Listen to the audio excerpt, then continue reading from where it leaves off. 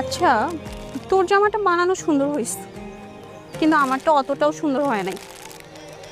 টেলারে আবার যাইতে হবে, তাই না? আল্লাহ আল্লাহ, দ্রুত চল বাবা, আজকে নিশ্চিত আমার দুঃস্বপ্ন আসবে। কি ভয়ঙ্কর চোখ, তুই দেখছিস? আমি তো ওনার চোখের মধ্যে কোনো ভয়ঙ্কর কিছু দেখি নাই। তুই কি পাগল?